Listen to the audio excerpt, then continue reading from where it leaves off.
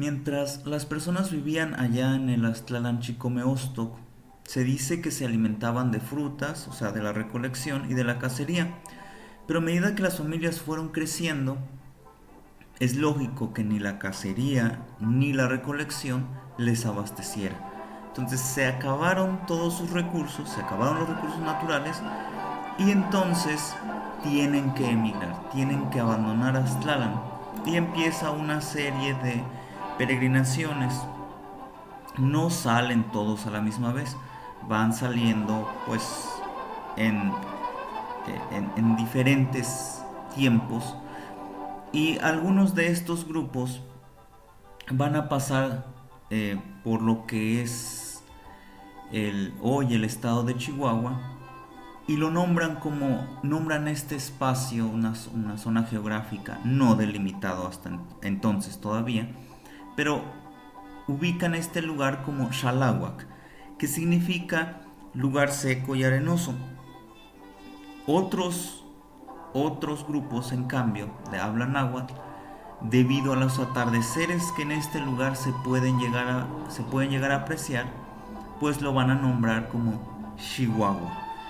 Esto debido a que Shiwansi es el guardián del fuego y los atardeceres que aquí se pueden apreciar pues nos recuerdan a a las llamas vivas. Entonces Chihuahua es lugar ardiente o lugar del fuego.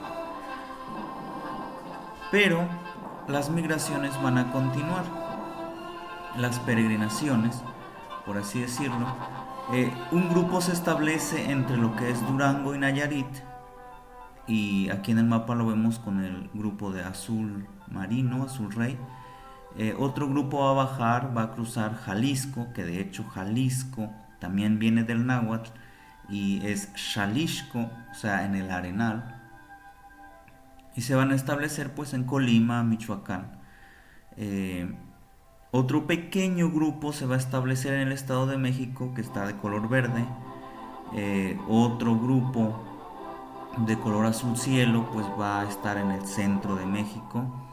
Otro grupo se va a dispersar por Veracruz, Tabasco, de color rojo. Y otro grupo, este sí no vino por la parte, por tierra firme, por así decirlo.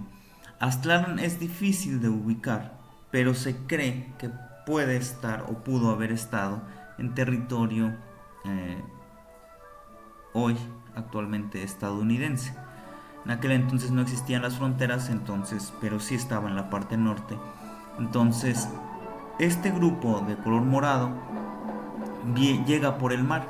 Se dice que crearon unas balsas y se adentraron al mar, pero en vez de irse al océano, las olas los empujaron hasta entrar por Pánuco, que de hecho Pánuco también proviene de la lengua náhuatl y significa pasadero. O sea, por ahí pasaron.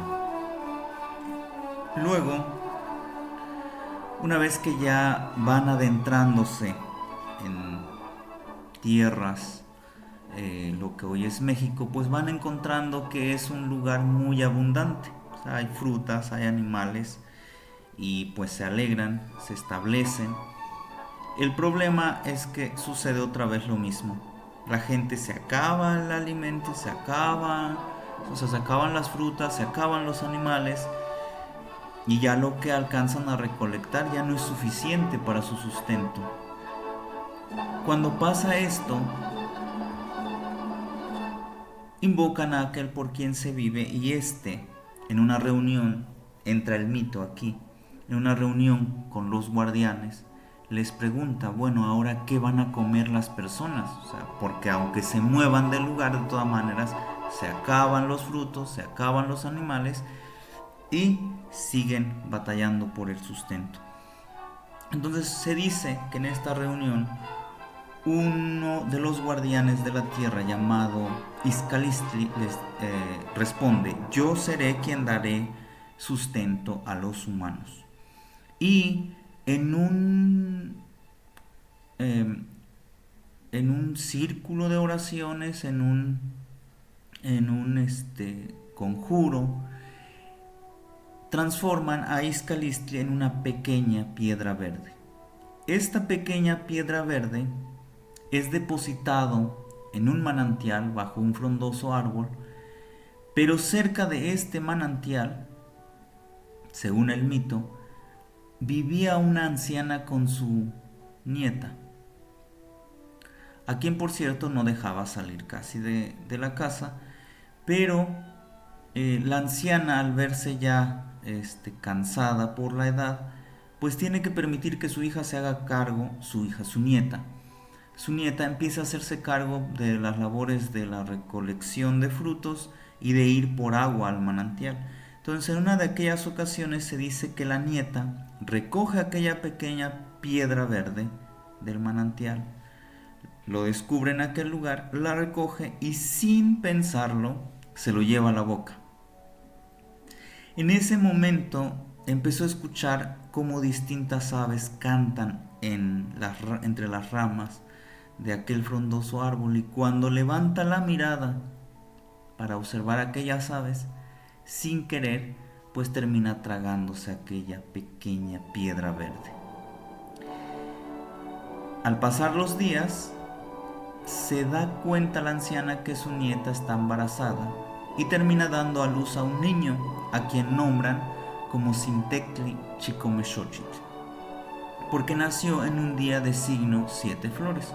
Chicomexochitl significa pues 7 flores. Y la anciana se da cuenta que este niño no es precisamente fruto humano completamente, porque pues nace es producto de una pequeña piedra que la joven se traga. Y entonces la anciana se dice que reta al niño. El niño crece muy rápidamente y le dice: oye, bueno, yo sé que tú no eres un niño normal, entonces te voy a dejar vivir más tiempo, pero solamente si pasas una serie de pruebas que yo te voy a poner. Le dice: voy a tirar estas semillas de cuyoet. Cuyoet es un frijolito muy pequeño del tamaño del arroz. Le dice: voy a tirar estas semillas aquí en el patio y yo voy a ir por agua. Si cuando yo regrese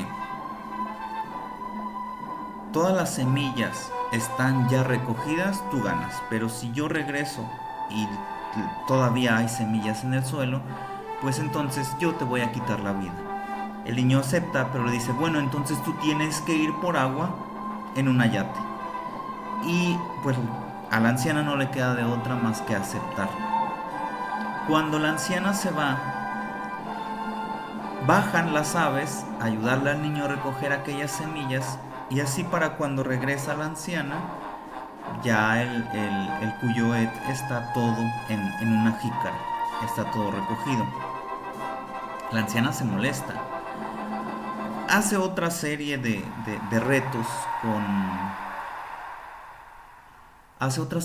retos con este niño, pero para su sorpresa pues va perdiendo. Al final se encuentra muy molesta, que golpea al niño y lo desbarata. Se dice que el niño se desbarata y se dispersan unos granos que serían los granos de maíz. Muele esta señora aquellos granos y los va a tirar al río para que se lo coman los peces. Los peces se comen a este maíz quebrado, pero cuando la anciana se retira a su casa, los peces empiezan a vomitar aquel maíz y el niño vuelve a tomar forma. O sea, los peces vomitan el maíz y el niño vuelve a aparecer, pero en medio del río sobre una roca. Entonces se dice que la tortuga vio que el niño no podía escapar de aquel lugar y se ofrece a ayudarle. Le dice: súbete y yo te llevaré a la orilla. Mientras la tortuga llevaba al niño a la orilla, el niño empezó a rayar su caparazón. Cuando llegan a la orilla, la tortuga le pregunta: ¿qué has hecho? ¿Qué le has hecho a mi caparazón?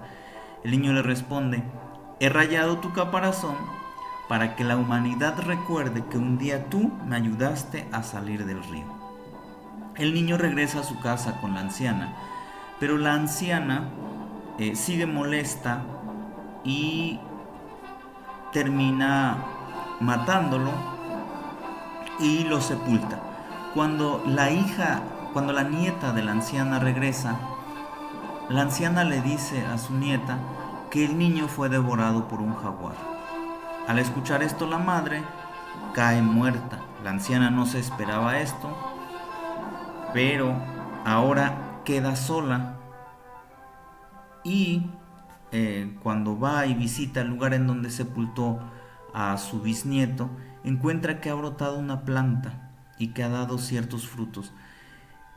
Esta anciana se le ocurre cosechar aquellos frutos y ponerlos a hervir. En realidad, pues eran elotes. Coció aquellos elotes, se los comió, pero para su desgracia le hicieron daño. Tuvo un estreñimiento, después se dice que le dio una diarrea tremenda hasta que vino a fallecer. Y bueno, ahí Xintectli pues piensa que ha fallado, pero vuelve a brotar otra planta de maíz en el lugar donde fue sepultado, y para que pueda completarse la misión de Xintectli, el mismo Quetzalcóatl le habla a un cazador y le dice que lo siga hasta la cima de un cerro. En ese cerro es donde estaba sepultado Xintectli, y justo cuando iban a llegar, Quetzalcóatl se transforma en una hormiga y se pierde entre la vegetación. Cuando esto sucede, el cazador escucha el llanto de un niño, empieza a buscar en aquel lugar y encuentra a un niño precisamente entre todas aquellas plantas, que es Xintectli Xicomexochitl. Él explica quién es. Supo entonces el cazador que a eso lo había guiado Quetzalcóatl, y el niño le empieza a explicar pues todo lo que él había pasado y cómo llegó hasta ese lugar.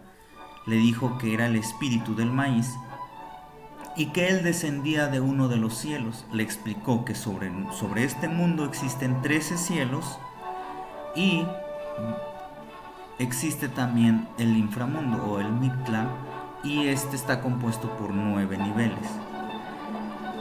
Entonces le dice que él viene de uno de estos 13 cielos, y si el cazador se lo lleva a través de los frutos que hay en estas plantas, pues le va a dar abundancia y va a ser su sustento. Entonces el cazador pues se lleva aquellos frutos, los siembra en un terreno fértil. Obviamente el niño desaparece, pero le explica que él es el espíritu del maíz. Entonces se lleva el maíz, hace su propia siembra, y cuando se da cuenta que aquellos frutos realmente sirven para su sustento, decide hacer un convivio. Hace un convivio, invita a los demás cazadores para que conozcan el maíz, convive con ellos, y al final de esta convivencia les regala a cada cazador 13 mazorcas, en honor a los 13 cielos que le había explicado ya Xintectli Xicomexochitl. Esta ceremonia se sigue realizando todavía en Pueblo Hidalgo. Los campesinos de Pueblo Hidalgo